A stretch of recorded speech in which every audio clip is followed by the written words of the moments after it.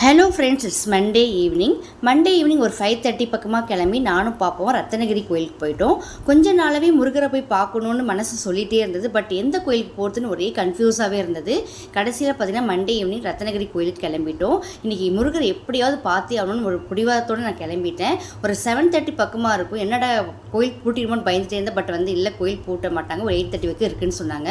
So மேலே போய் சூப்பராக முருகரை நல்லா தரிசனம் பண்ணிவிட்டு உட்காந்து என்கிட்ட இருக்கிற குறைகள், எனக்கு வர கஷ்டங்கள்லாம் அவர்கிட்ட எல்லாத்தையும் ஒப்படைச்சிட்டு நல்லா வேண்டிட்டு அதுக்கப்புறமா நாங்கள் வெளியே வந்தோம்.